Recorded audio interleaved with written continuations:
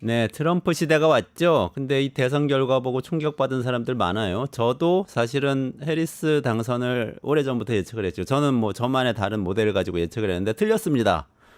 틀렸을 때 가장 중요한 건 뭐냐, 왜 틀렸는지 한번 살펴보고 우리가 놓친 게 뭔지 분석을 해보는 겁니다. 그리고 그 다음 스텝을 한번 고민해 보는 거죠. 그래서 오늘 그런 시간 가져보려고요. 지난번에 또 미국 대선 이 막판 판세에 대해서 아주 심도 있게 분석해 주셨던 이정환 슬로우뉴스 대표님 모시고 우리는 트럼프를 과소평가했다 이런 제목으로 보내주셨는데 뭘 과소평가했고 뭐가 틀렸던 건지 다시 천천히 짚어보는 그 시간 가져보도록 하겠습니다. 어서 오세요. 네, 안녕하세요. 네, 안녕하세요. 네.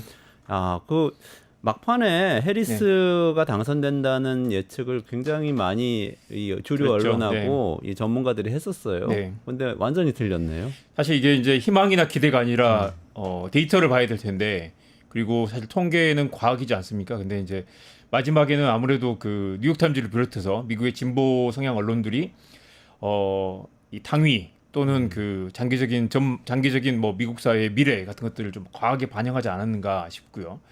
당시 한참 이야기했던 이제 네이트 실버가 한 번도 맞은 적이 없다. 이번에 이제 네이트 실버는 직감은 트럼프다. 그리고 아직은 모른다. 정확히 모른다라고 말을 했는데, 실제로 네이트 실버가 내놓은 여러 가지 데이터들, 그리고 이 수많은 미국 언론들이 내놓은 데이터들도 보면 철저하게 박빙이었고 실제로도 끝까지 박빙이었죠. 최종 뚜껑을 열어보면 이 경합주들이 다 넘어가긴 했지만 대부분 다 3% 미만이니까 결국 다 오차범위 안에서 승부가 났던 것인데, 오차범위 안에서 트럼프가 경합주를 다 가져간 게 이변이긴 했죠. 그렇죠. 그 경합주 전부 다 가져갔는데 일단 대선 결과를 좀 네. 짤막하게 정리를 해주시고 그 다음에 네. 그 틀렸던 이유들 네. 하나하나 좀 짚어보죠. 정말 다들 과몰입해서 정말 충격을 받은 분도 많은데요. 트라이펙타라고 합니다. 3연승이죠. 백악관, 상원원, 하원원 모두 장악했습니다. 한번 그 그래프를 보여주시면요. 이게 아직 일주일이 지났는데 아직 결과가 안 나왔죠. 네. 하원은 아직 지금 그 회색이 있는데 이미 상원은 다 넘어갔고요.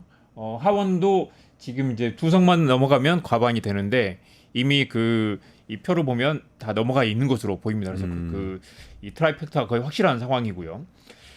놀라운 건 이제 그 경합주 7개가 모두 다 넘어갔습니다. 그래서 이제 네이트 실버, 선거 예측의 신이라고 불렸던 이제 538닷컴의 창업자였죠. 보면 이제 이 7개 경합주가 다 넘어갈 확률이 6%라고 그랬는데 4만 개의 시뮬레이션을 돌려가지고 그 중에 이제 6%인데 4만 개 중에 가장 가능성이 높은 게 또 6%이 시나리오였습니다. 근데 그대로 됐죠. 이거는 네이트 실버가 여러 번 이제 그동안에도 계속 트럼프를 과소평가했다고 하지만 이번에는 꽤 상당 부분 정확히 맞았다고 할 수 있습니다.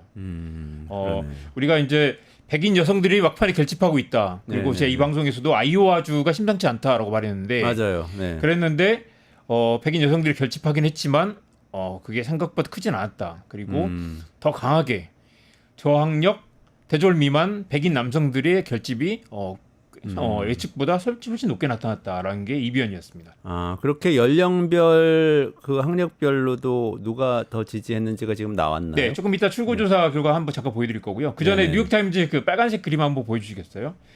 이게 이제 시프트 그래프인데요. 보시면 이제 미국 이 전체 카운티 3,113개 카운티에서 무려 2,994개 카운티가 4년 전 미국 대선보다 좀 더 트럼프의 득표율이 올라갔습니다. 그러니까 거의 96%에서 96% 카운티에서 트럼프 지지율이 지난 대선보다 높아졌다. 투표 구별로 보면 저 빨간 게 다 한국 같으면 선거구죠. 이게 카운티인데요. 파란색이 잠깐 섞여 있지만 이 파란색은 4%밖에 되지 않습니다. 그러니까 이제 아무튼 트럼프가 훨씬 더 그 지지율이 트럼프를 지지하지 않았던 사람들이 트럼프를 지지하는 경향이 늘어났다. 그런데 이걸 또 경계할 것은 미국 사회가 전체적으로 오른쪽으로 갔다라는데 동의하지 않는 사람들도 많습니다. 여전히 미국 전체가 빨개진 게 아니라 몇몇 카운티에서 원래 트럼프를 지지했던 사람이 좀 늘어난 것이고 민주당 지지자들이 투표를 덜했기 때문이다. 라는 사실 그게 이제 미국 전체가 공화당 옮겨갔다기보다는 민주당 지지자들이 실망해서 투표를 하지 않는 경우가 늘었다. 결국 같은 이야기일 수도 있겠지만 이 상당 부분 이제 이번에 그 선거 결과 실망하신 분들은 여전히 거기서 희망을 좀 찾는 것 같습니다. 그것은 스스로를 위로하는 이 멘트인 것 같고 네. 또 저는 아까 말씀하신 것 중에 7개 경합주가 네. 다 박빙이었고 네. 오차범위 이내에 있었기 때문에 틀린 것이 아니다라고 얘기하는 것은 네. 그건 통계학을 고등학교까지 배웠을 때 할 수 있는 얘기고요. 네. 대학원까지 가면 뭘 배우냐면 오차의 경향이 있다면 그것은 오차의 편향이다. 오차의 편향이 있다는 것은 그것은 오류다. 이렇게 네. 얘기합니다. 네. 다시 말해서 모두 다 경합이라고 했는데 한쪽으로 결과가 다 나오잖아요. 틀린 네. 거예요. 그건 plain 네. wrong입니다. 완전히. 그렇습니다. 이게 그런 변명은 통하지 않는 상황이고 틀렸다는 걸 겸허하게 인정하는 게 좋을 것 같아요. 근데 네. 저 진짜 관심 있는 게 아까 조금 언급도 하셨지만 두 가지 저번에 이제 이정환 대표님하고 네. 이승환 우리 평론가가 네, 네. 분석해 주신 내용 중에 중요하게 많은 분들이 봐주신 게 두 가지가 있었는데 아이오와주에서 네. 백인 여성들이 네. 움직였다는 거하고 이 여성들이 화장실에서 남편하고 다르게 투표해라 이런 그렇죠. 캠페인 TV 뭐 광고도 벌이고 있다는 내고 거. 눈짓을하면서 알고 계시죠?라는 그런 메시지를 줬죠. 네, 그래서 막판에 백인 여성들이 변화하면서 판세가 뒤집히는 거 나서 잠깐 그런 착각을 했어요. 네. 근데 그렇지 않았던 건가요? 실제로 한번 그 대선 출구조사 한번 결과 보시면요, 백인 여성들의 그 해리스 지지율이 지난 대선보다 올라간 건 사실입니다. 이 보시면 이제 맨 위에 백인 남성 여성이 있죠. 그 백인 여성이 상대적으로 높고 당연히 흑인은 남녀 모두 해리스 지지율 높고요. 히스패닉, 라틴계도 여성이 좀 더 높습니다. 근데 라틴계도 아까 뒤에 얘기했지만 이제 이민자 이슈 때문에 이미 이민에 와 있는 사람들, 미국에 정착한 사람들은 이민자 정책을 상대적으로 냉소적이다라고 볼 수 있고요. 당연히 여기 보시면 이제 여기 연령대별로 나와 있는데요. 보시면 이제 흑인들은 연령과 상관없이 압도적으로 그 해리스 지지율이 높았지만 라틴계는 거의 반반 정도 되는 걸 볼 수 있습니다. 그리고 이제 가장 중요한 건 이제 그 백인 여성들의 결집률이 47%밖에 되지 않았다. 백인들 상당수도 그 트럼프 지지율이 더 높았다라는 게 아이오와주에서의 그 착시 현상이 드러난 거죠. 근데 그게 낙태 이슈가 굉장히 영향을 많이 끼쳤다고 하지 네. 않았었나요? 낙태 그게? 이슈부터 볼까요? 네네네.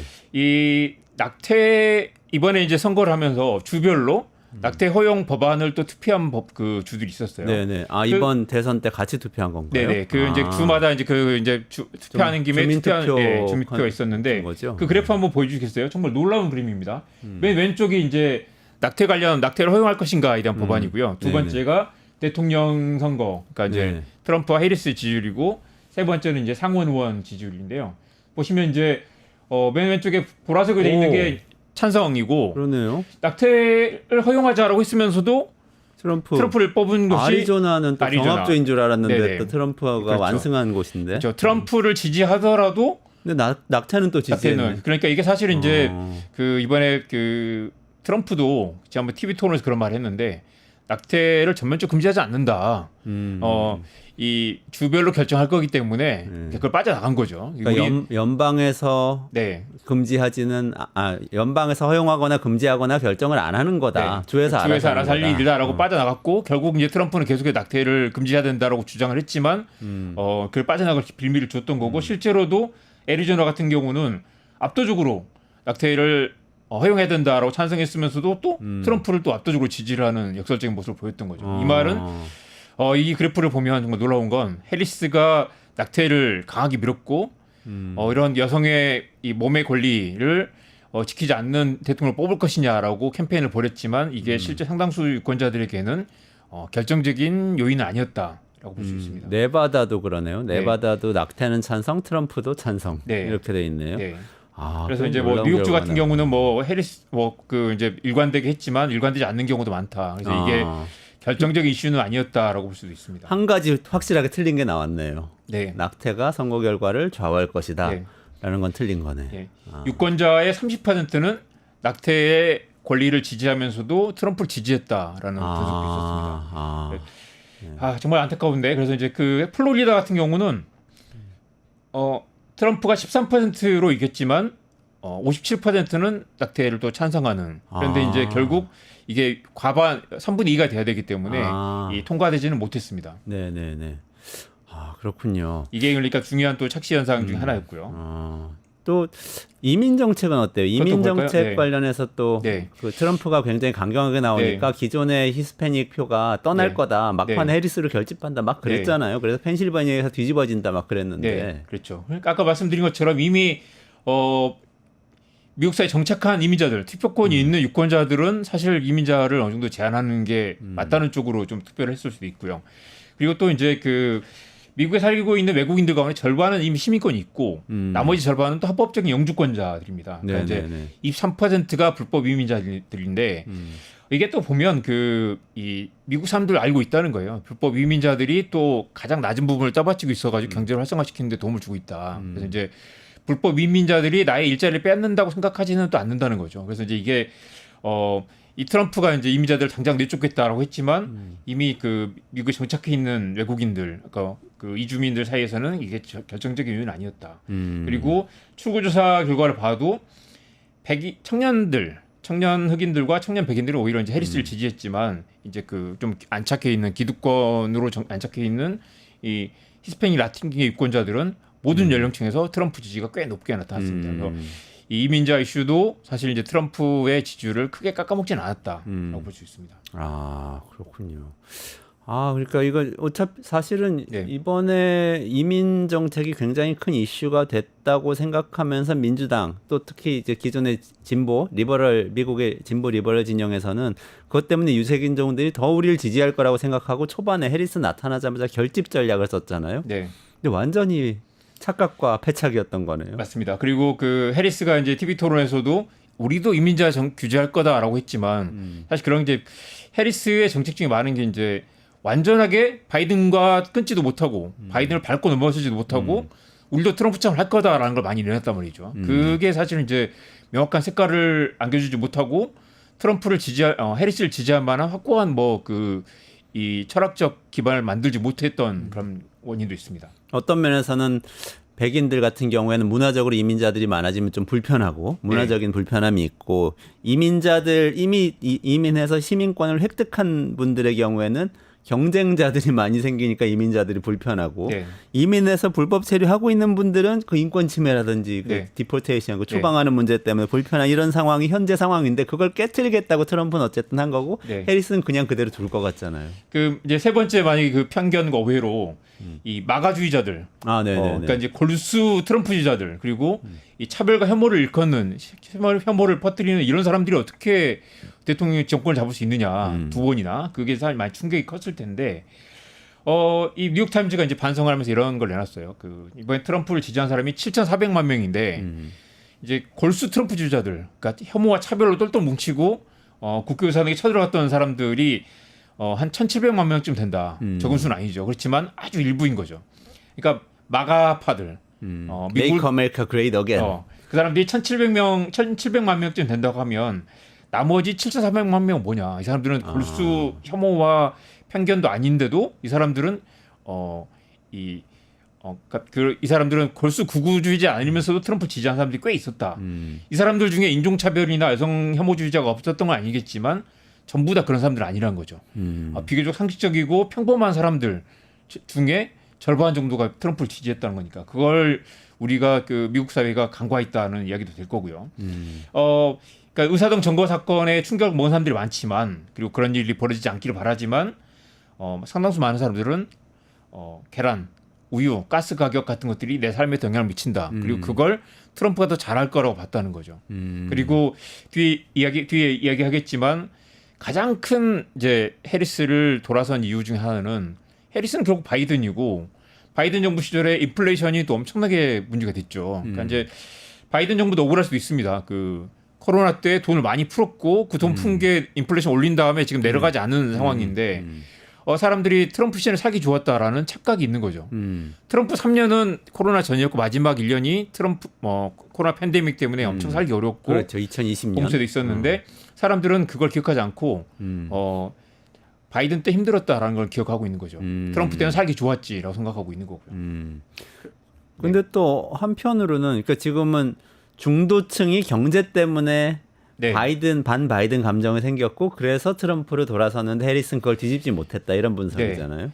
그런데도 지금 정말 안타까운 건 지금 이제 막 이민자를 이민자를 내쫓고 그다음에 뭐 관세를 높이고 하는 정책들이 지금 트럼프를 지지하는 저학력 백인 남성들의 직격타가 될 거라는 거죠. 결국 경제가 더 안 좋아질 거고 부자들 위한 경제가 될 거고 이 물가가 더 오를 거고 그 사람들 저소득 미국인들이 훨씬 더 힘들어질 텐데도 그런 이율 배반적인 선택을 했다고 볼 수 있습니다. 그러네요. 그런데 사실은 모든 정치 세력 그런 것 같아요. 우리나라에서도 네. 이런 경우가 많은데 네. 상대편 후보를 찍는 사람은 미쳤다고 생각하는 거예요. 네. 아니 정상이 아닌 사람들이네. 마가 의사당 전무하고 맞습니다. 이런 폭력배들이잖아. 이렇게 생각을만 하고 있는데 그러다가 항상 지죠.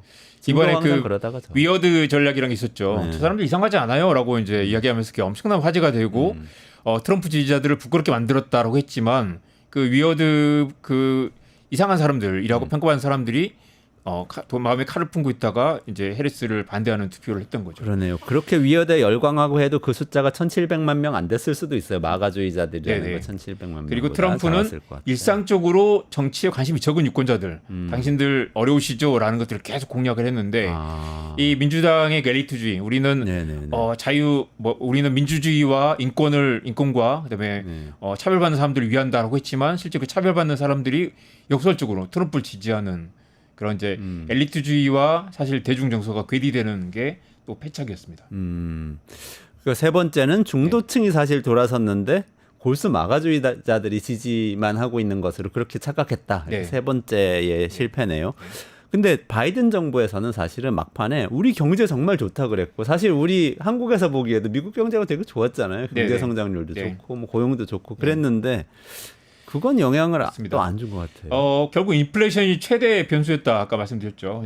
27개월 연속 그 4% 미만 그 인플레이션이라서 실제로 이제 마지막에 많이 잡았는데도 임금 상승률이 인플레이션을 웃돌았지만 취약계층의 고통이 굉장히 컸습니다. 그러니까 이제 이게 전체적으로 좋았지만 사실 이제 이 트럼프를 지지했던 저학력, 저소득 백인 계층들, 그다음에 코로나 팬데믹 이후 살기 힘들었다고 생각하는 사람들이 이제 트럼프를 지지했었고요. 이게 또 전 세계적으로 지금 최근에 그 코로나 팬데믹 이후에 집권 여당에게 잔인한 시기다라는 이제 영국 BBC 분석도 있었습니다. 일본의 자민당이 그 여소야대가 됐고요. 그다음에 오스트리아 인민당, 영국에서는 토리당이 또 과반을 차지했고요. 그래서 네네네. 이 집권당들이 역대 이 최근 몇 년 사이에 최악의 선거를 치렀다. 어떻게 보면 한국도 마찬가지 좀 다르긴 하지만 한국도 집권 여당이 과반을 차지하지 못했죠. 그러니까 이제 집권 여당이 인기를 잃을 수밖에 없는 최근 몇 년 상황이란 것도 있다는 거고요. 그리고 그러니까 뭔가 바꿔보자 하는 생각이 맞습니다. 전 세계에 팽배해 있는 건 네. 사실이다 이런 네. 거네요. 우리 그 문재인 정권 때 치렀던 총선 때는 압도적으로 그 집권 여당을 지지했었잖아요. 근데 네네. 그게 끝나고 지금 돈은 풀려 있는데 경제는 사라지지 않는 그런 상황이 되면서 바꿔보자라는 생각이 있었던 것이고요. 미국도 그랬다. 미국의 또 이제 그 실업률도 뭐 꽤 낮다고는 하지만 뭐 완전 고용 상태다라는 얘기도 있죠. 거기도 통계적 착시가 또 있었습니다.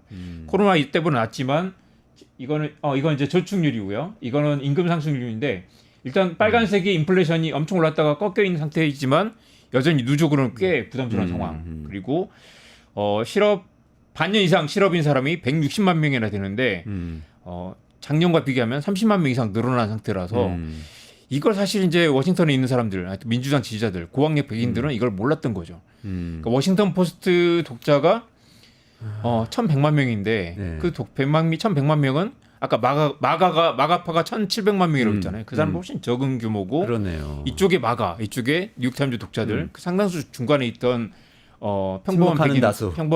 침묵한 다수를 제대로 민심을 읽지 못했던 거죠. 침묵하는 다수에게 중요한 것은 물가고 네. 그리고 이 자기가 고용이 되느냐 안 되느냐 네. 내 소득이 늘어나느냐 네. 아니냐 뭐 이거였는데 그걸 사실 읽지 못하고 바이든 정부는 경제 좋다 계속 얘기했는데 실제로는 서민들한테는 안 좋았다 이런 얘기잖아요. 마지막으로 전쟁 네네. 이스라엘과 가자지구와 러시아 전쟁에 대한 그러니까 도 있는데 사람들이 상처 많이 입은 것도 이거예요. 아니 이스라엘이 저렇게 가자지구에서 사람을 막 죽이고 있는데 그걸 지원하게 친이스라엘인 것 같은 트럼프를 미국인들이 왜 지지하냐? 그런데 또 보면 그 지금 바이든이 사실 이 두 개의 전쟁을 사실상 용인하고 있었던 거 아니냐라는 얘기도 하죠. 그러니까 그러네요. 최근 이런 분석도 있었습니다. 트럼프는 당선이 되자마자 돈 생각할 거다. 지금 러시아와 이스라엘에 엄청난 그 포탄도 되고 우크라이나하고 폭격기도 지원했고 그렇죠. 돈을 많이 쏟아붓고 있는데 트럼프는 이 돈을 자기 돈이라고 생각하는 사람이기 때문에 돈 생각을 할 것이고 당장 이제 우크라이나 전쟁을 중단하라는 휴전 협상에 대한 압박을 할 거기 때문에 그리고 이제 우크라이나는 상당 부분 러시아 땅으로 많이 지금 들어가 있는 상태잖아요. 그래서 휴전을 하면 뭐 우크라이나 입장에서는 손해 볼 게 없고 러시아는 좀 반발하겠지만 당장 이 미국이 돈을 끊으면 서로 양쪽 다 이제 휴전을 하는 압박에 몰릴 것이고 이스라엘은 또 미국이 방공망 에 투자를 많이 하고 있잖아요. 네네. 지원을 많이 하고 있어서 이스라엘 만약에 트럼프가 지원을 끊겠다고 하면 이스라엘도 고민에 빠질 거라는 거죠. 이스라엘 스스로는 지킬 수가 없는 상황이기 때문에 그래서 지금 이제 최근에 이제 중동 쪽에서 이제 미묘한 변화가 벌어지고 있다. 이걸 가지고 이제 그 민주당 지지자들은 바이든을 비판하는 사람들이 있는데 이쪽에 공화당 진영에서는 그 분열이 없죠. 근데 전쟁을 놓고 민주당 지지자들은 분열했고 공화당은 분열할 만한 이슈가 없었던 것이고요. 바이든의 그 우유부단함에 대한 그 불만도 있었습니다. 그리고 이 가자지구의 대량 학살을 비판하는 사람들이 바이든의 외교를 비판하지 않을 수가 없는 거죠. 그러네요. 하기는 그 전에 그 일을 벌인 건 바이든 정부니까. 해리스가 그래서 아랍계 미국인들 사이에서 표를 크게 얻지 못한 것도 있고요. 한 아랍계 미국인이 뉴욕타임즈와 인터뷰에서 이런 말을 했습니다. 트럼프가 더 잘한다고 생각하지 않는다. 그렇지만 바이든은 지금 민주당은 가자지구의 비극을 막기 위해서 아무것도 하지 않았다라는 얘기를 한다는 거예요. 그 사람들의 분노, 좌절이 그렇다고 해서 뭐 트럼프를 열성적으로 지지하지 않겠지만 굳이 해리스를 지지할 이유를 찾지 못한다는 거죠. 그렇군요. 지금 5가지 이유를 쭉 말씀해 주셨어요. 아주 뭐 일목요연하게 처절한 반성이 필요하다 이런 생각이 드는데요. 이렇게 틀린 거는 언론이나 여론조사 업체들도 다 틀렸던 거죠. 진보 진영만 틀렸던 건 아니고. 맞습니다. 그 대부분 언론사들이 사실 이제 실제로 해리스를 지지하는 논평이나 사설을 내기도 했고 막판에 이제 해리스가 뭐 극히 해리스 출마 이후 TV 토론 이후 해리스의 지지를 굉장히 많이 따라잡았다. 또 앞서 있다. 근데 이게 또 보시면 전국 단위 지지율과 또 경합주의 지지율을 다르기도 하고 실제로 보면 전국 단위 지지율에서도 그 트럼프가 지금 2% 포인트 정도 앞서지 않았습니까? 그래서 이제 사실상 모든 예측이 다 지나갔다. 틀렸다. 근데 실제로 이제 그 미국 같이 넓은 땅에서 이 여론조사 자체가 간 근본적인 한계가 있다. 2억 명이 넘는 유권자들을 이 단순히 뭐 이렇게 그 몇천 명 단위 여론조사로 파악하기 쉽지 않은 그런 측면이 있다는 거고요. 그래서 이제 이번 사건을 계기로 이제 실제로 여론조사 전반에 대한 이 문제 반성이 필요할 것 같고 트럼프의 지지율을 과소평가해서 몇 차례 보정을 했는데 이번에 보면 보증을 했는데도 그 보증이 부족했다라는 결론이 나오는 것입니다. 그래서 이제 젊은 남성의 박탈감을 파악하지 못했고 그리고 또 한편으로는 이건 인정하지 않는 분도 많습니다. 깨어있는 진보, 이런 뭐 워크라고 하죠. 워크에 대한 그 반감 그리고 정치적 올바름에 대한 반작용이 컸다라는 그런 지적도 나오는데 실제로 뉴욕타임즈도 이런 이제 반성이 나오고요. 트럼프는 유권자들을 트럼프는 우리 편이야라고 생각하게 만들었는데 해리스는 그렇지 못했다는 거죠. 뭔가 이렇게 부자 백인들을 위한 정당인 것처럼 인식이 돼 있었는데 오히려 트럼프는 실제로 그 서민들을 위한 정책을 내놓지 않았는데도 착각하게 만드는 그런 게 있었고 민주당은 그런 이제 대학 교육을 받은 엘리트 계급에 어필했지만 오히려 확장성을 떨어뜨렸다. 그리고 아까 말씀드린 위어드 이상한 사람 취급을 하면서 이 사람들을 오히려 반발하게 만들어서 이 그 한계 그룹, 그러니까 투표할까 말까 했던 사람들을 분노해서 트럼프 지지하게 만드는 그런 역할을 하지 않았는가라는 이야기도 나옵니다. 그리고 또 하나 이제 뒤에 이야기하겠지만 일론 머스크 등 부자들이 저렇게 부자들도 트럼프를 지지하는데, 그러니까 트럼프 지지한다는 게 더 이상 부끄럽지 않다라는 그런 인식을 줬다는 그 해석도 있습니다. 샤이 트럼프도 이번에 사실 샤이 트럼프가 없었다는 말도 많이 합니다. 부끄럽지 않게 당당하게 트럼프를 지지했다라는 그런 해석도 있었습니다. 지금 여론조사로 돌아가 보면 네이트 실버는 이번에 좀 체면치레를 했네요. 막판에 나는 트럼프가 이길이라는 예측을 내놓으면서 뭐 24가지인가요? 이유를 막 나열했죠. 그렇죠. 아까 이야기했던 것처럼 그랬으면서도 이 사람들 마지막에 자신감 없었던지 막판에도 조금 내 직감은 트럼프고 막판에 해리스가 올라온 것 같다라고 해놓고 결과가 나오니까 사실은 내가 24가지 이렇게 얼마 전에 내려놨잖아라고 이제 다시 또 말을 바꾸긴 했습니다. 근데 그러니까 그만큼 네이트 실버도 막판에 정말 뒤집어지는 거 아니냐라는 생각을 했던 것 같고요. 그렇지만 비교적 네이트 실버가 그런 말을 했죠. 오늘 이 방송에도 소개해드렸지만 많은 여론조사 기관들이 트럼프가 이길 걸 알고 있으면서 발표를 하지 못하고 있다라고도 얘기를 했습니다. 왜냐하면 틀릴 걸 걱정해서. 근데 실제로 다들 트럼프가 이기는 거 아니냐라고 생각을 했던 거고 자기들 조사 결과에도 확신이 없었던 거죠. 근데 저는 여론조사라는 것 자체가 네. 예측의 도구가 아닌데 네. 사람들이 착각하는 것 같아요. 여론조사는 그 시점에서의 사람들의 주관적인 심리 상태를 조사하는 도구로는 맞는데 네. 그 사람들이 투표를 어떻게 할 것인지 다음을 예측하는 데는 전혀 사실 도움이 안 되는 도구인 것 같거든요. 그렇죠. 회색지대가 너무 많고 회색지대를 넘어서는 건 다들 그냥 추측이거나 전망이거나 배팅에 가까운데 결과적으로 이번에 도박사들의 예측이 또 맞았죠. 보면 폴리마켓이라고 이제 돈 놓고 돈 먹게 하는 시장인데 말 그대로 이제 사람들이 그랬죠. 내 돈 내고 투자를 하니까 좀 걔도 진심이 드러나지 않겠느냐 했지만 결국 그것도 그 군중 심리가 있는 거고요. 놀라운 건 트럼프 고래라는 사람이 있습니다. 네네. 고래라는 건 이제 가상화폐 시장에서 큰 손을 말하는 거잖아요. 그 트럼프 고래가 3천만 달러 이상을 베팅을 했는데 이 사람이 보니까 이제 원래 트레이더 출신의 프랑스인이에요. 이 사람이 이제 선거를 며칠 앞두고 선거 끝난 다음에 아닙니다. 며칠 앞두고 월스트리트 저널과 인터뷰를 했습니다. 그래서 여론조사가 해리스를 과대평가하고 있다고 본다. 그래서 심지어 이 사람은 자기가 직접 여론조사를 해봤어요. 네네네. 하면서 여론조사 할 때 당신 옆집 사람이 누구에게 투표할 것 같으냐라는 걸 물어봤다는 거죠. 그랬더니 이거 이제 스스로 자기 얘기가 아니라 남들은 어떻게 할 것 같으냐로 물어봤더니 실제로 그 트럼프 굉장히 높게 나타났다.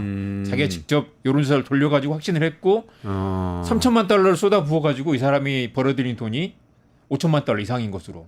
이 사람은 전체뿐만 아니라 그 펜실베이니아와 미시간, 위스콘신은 경합주들을 따로따로 그 경합주별로 그 베팅을 해가지고 거의 2배 가까운 돈을 벌었습니다. 언론들은 네. 지금 워싱턴 포스트는 막판에 제프 베조스 사주가 막아가지고 그 네네. 사설 이 해리스 지지 사설 못 나가게 했고 네네. 어떻게 보면 트럼프에 줄 섰고. 네. 근데 뉴욕 타임즈는 전 뉴욕 타임즈 보는데요. 네. 막판에 해리스 완전 뒤집은 것처럼 막 기사를 써가지고 맞습니다. 완전 속았어요. 우리가 승리할 것이다 뭐 그런 식의 뭐 느낌이었는데 그리고 또 저기는 월스트리트 저널은 어땠죠? 월스트리트 저널은 결국 우리가 맞았다라고 이제 또 엄청 트럼프의 승리를 예측을 했나? 아니 지지 선언을 했나? 지지 선언은 아니었고 이제 트럼프가 이길 거다라고 계속 이야기를 했는데요. 그 월스트리트 저널이 사실 이제 왜 우리가 맞았는가라는 걸 이제 또 분석을 했더라고요. 네네네. 그래가지고 이제 월스트리트 저널은 이제 월스트리트 저널은 예. 그러니까 월스트리트 저널은 트럼프, 네. 워싱턴 포스트는 맞습니다. 원래 해리스를 쫙 네네, 가던 걸 네. 막판에 딱 네네. 사주가 막은 거지. 뉴욕 그러니까 타임즈는 쭉 해리스 이랬죠. 월스트리트 저널의 분석이 정말 가슴이 아픈데 여론조사가 맞지 않은 이유, 응답률 2%밖에 안 되는 여론조사를 믿을 수가 없다. 그리고 이제 여론조사를 보완하기 위해서 상당수 여론조사 업체들이 온라인 여론조사를 했는데 한국 같으면 이런 거 말도 안 된다고 하죠. 그러니까 온라인 여론조사는 표집이 안 되기 때문에 그런 걸 좀 보완해가지고 이제 자꾸 섞어가지고 이제 그 해석을 붙였던 거죠. 근데 낮 시간에 전화 받을 수 있는 사람은 고령의 백인 여성들이 많고 뭔가 명태균 씨의 여론조사 맞습니다. 이런 그런 생각나는데요. 느낌이에요. 그러니까 와 미국에서 이런 식으로 주먹구구식 여론조사를 했구나. 근데 그리고 응답률 2%밖에 안 된다는 건 전화 받는 사람들 대상으로 대충 해가지고 곱하기 몇을 해가지고 만들었다는 거죠.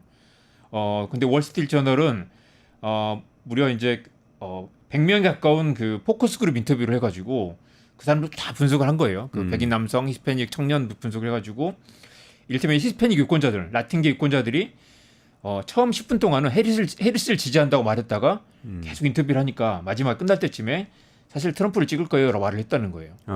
이런 걸 해보고 난 다음에 이제 월스트리트 저널은 이건 여론조사는 아니지만 이건 심상치 않다. 그러니까 사실은 이 100명도 안 되는 사람 깊게 1시간 동안 인터뷰를 해가지고 그런 이제 흐름을 읽어냈다는 것도 이제 월스트리트 저널이 좀 다른 여론조사 기관과 좀 다른 부분이었습니다. 그렇군요.